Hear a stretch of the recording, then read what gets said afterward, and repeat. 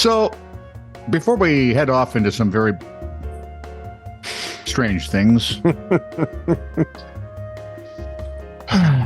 we'd like you to take a moment and be thankful you're not us. And then like, subscribe, and follow This Is True Really News. Right? Yep. It's very simple. It's all right there. Yeah. Press a couple of things and you've liked, subscribed, and followed us, and we're happy. Whoever you're listening, the streaming thing is happy, and Phil, the wonder button, is giddy. I don't know what it has to do with anything. Oh, by the way, if you find a weird story or a story you think we're weird about, you send it off to TITR@netradio.net. What? Nothing. Okay. We're weird about a lot of things. Well, This is True, Really News with Scott Combs and Tony Vercanis. All the news you're about to hear is true, really? as far as you know. Okay, so what Minnesota lakes should those with an aversion to snakes avoid? All of them. Nope. Number one. I avoid all of them. Well, hold on. Let's do the top. That's not true. I get to within like hundreds of yards of Lake Diane now and again. Oh, do you? Yeah, because that's where Jake's parents live, and we go out there every once in a while. But See? the lake is down there, and I'm up here. This is good. Really? Lake Pepin. This is good, really news. Lake Pepin, which is really stupid. Because Lake Pepin is not a lake. It's Isn't it part of the Mississippi. Yeah, it just gets really wide there. MISSI, It's known as one of the Midwest's best-known natural playgrounds. Lake Pepin is the largest lake on the Mississippi River. Well, technically it is, dude. Look at that. No, it's not a lake. It's a river. What do they call it here? Lake Pepin? Which would imply that they see it as a lake because they're stupid. Attaboy.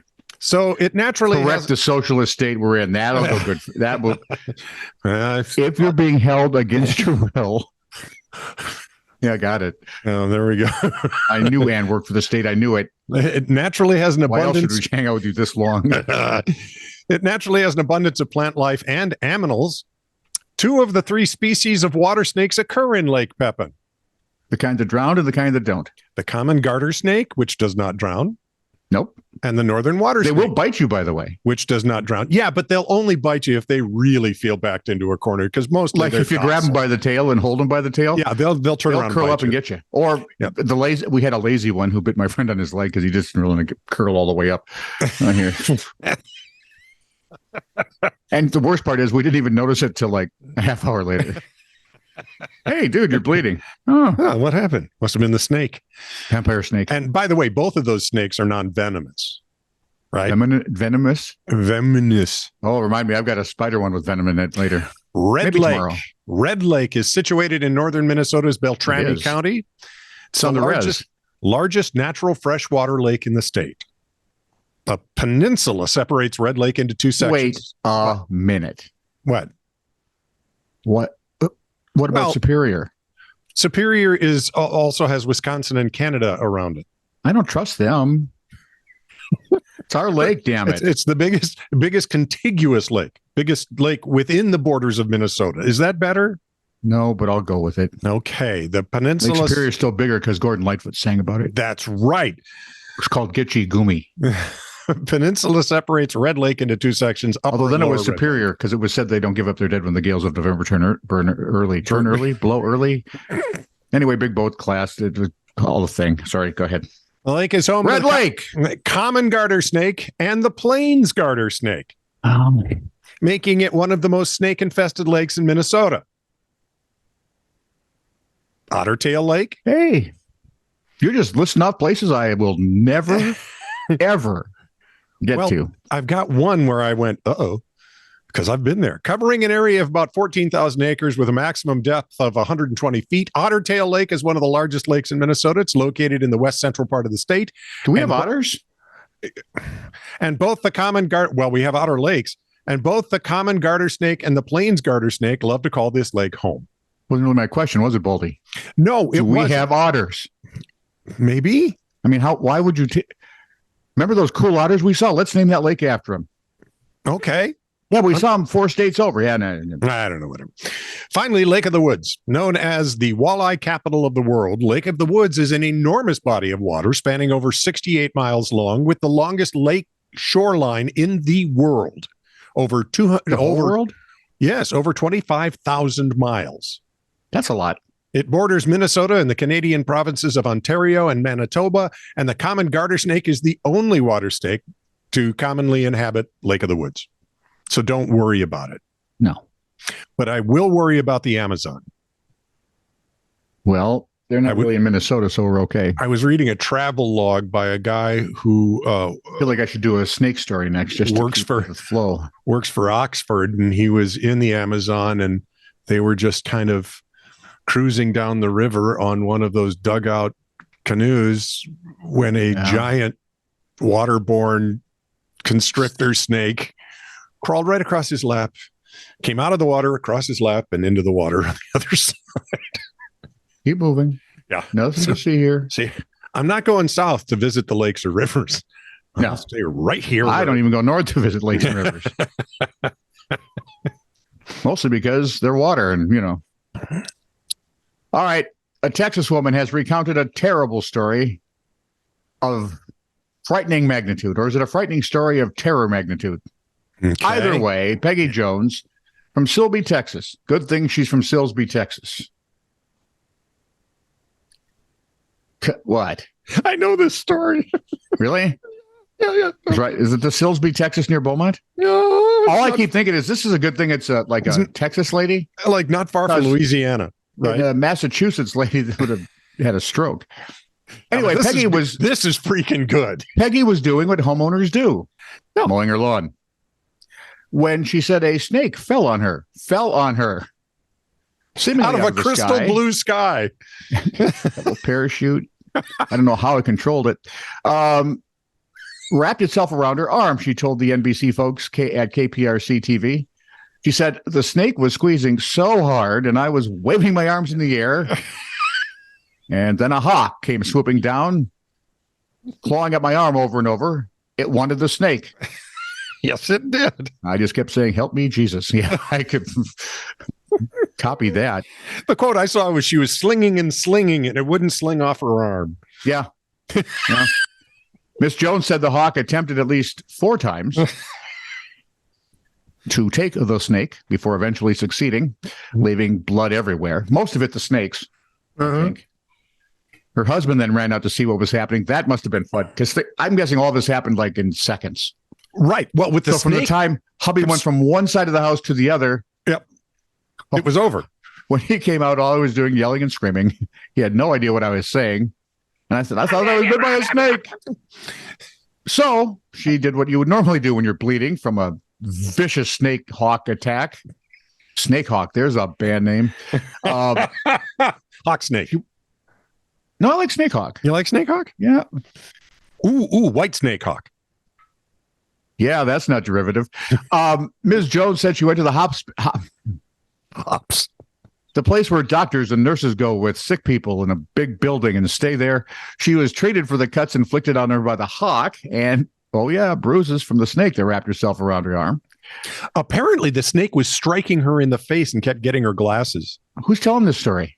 We both read it. And I want to add in. Despite not being bitten by the snake, it was a narrow escape. They found venom on her glasses that were broken in the melee. Oh, my. Like, had anything else? Like she'd been bitten before and survived a snake bite or anything? No, but she still likes to mow her lawn, but her husband keeps an eye on her. She wearing one of those umbrella hats. So does that freaking hawk. Right? And woman Where tried going? to steal My favorite restaurant. Yeah. Fine. Frisco, Texas Police Chief David Shilson has apologized to an Arkansas family. As well he should. Oh, pulled over in a high-risk traffic stop in which officers ordered family members out of their vehicle at gunpoint and told them they could be shot. I'm sorry? Yep.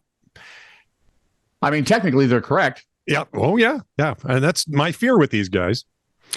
And Officer C had run the license plate of the family's Dodge Charger because, according to the police department, Chargers are frequently stolen. To which most people go, no shit, Sherlock. Yeah, right? It's a muscle car. Duh. Besides, all those parts are easily transferable to people who will sell them to other people. Of course, the problem was the officer entered the license plate as being from Arizona, not Arkansas or Arkansas, as we say. Oh, that's so close. I mean, they both have A's in them. Right. Came back as an incorrect registration, leading officers to believe it was stolen. Wait, they also both have N's and an R. I mean, I can see how you could mistake Arkansas for Arizona. Maybe didn't Mark Lindsay sing that song about Arkansas? Arkansas, take a no, maybe it was Arizona then. See, it's easily mistakable. Body cam video shows one of the officers on the scene tell the family, "We're human as well. We make mistakes." I think the judge is going to let the family hold the cops at gunpoint for a while just to give them an idea of what it feels like. That wouldn't be entertaining. All right, as long as you have a cop story, I have well, it's not really a cop story. Okay. Well, it is kind of. Queensland, Australia couple has been arrested and charged with allegedly engaging in sex things. What's the big deal there? Bestiality. 37-year-old Crystal, and I kid you not. Let's start with 28-year-old Jay Veenstra. I used to work with a Veenstra. No, he wasn't in Australia. And 37-year-old, and I kid you not, Crystal Hoare, are charged with 5 counts each of bestiality. Oh, stop it. You way to be a sophomore. Just because her name is Hoare and she apparently likes animals more than normal. The Courier Mail reports the charges hair. I'm not sure money exchanges hands. I think it's just a heartfelt love of animals. The Courier Mail reports the charges were mentioned for the first time in public at the magistrate's court Monday. Duh. But I bet it was snickered about well before that. Police allege that the incidents, which they also say, I love this. Police allege that the incidents, which they also allege involved 2 dogs, were captured on video. Because as stupid a species as we are, we're now stupid with vast video capabilities, and we use them. Because we're dumb. We're back to the stupid species. Yep. The incidents allegedly took place in October of 2021. March, May, June, and October of 2022. So, yeah. Following their arrest in July of 23, the couple were granted bail while being held at a watch house facility. As of earlier this week, they're on bail following a brief court proceeding. Legal proceedings have been adjourned with a committal mention set to take place later this year, you think? In accordance with the legal statutes of Queensland, individuals found guilty of this could end up in prison for up to 7 years.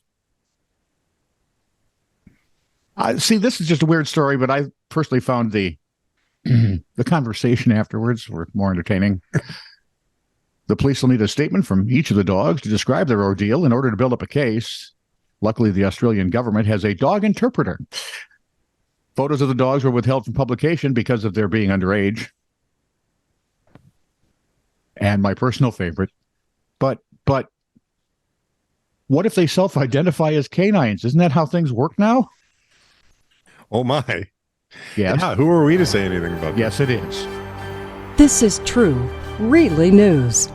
Send email to TITR@netradio.network.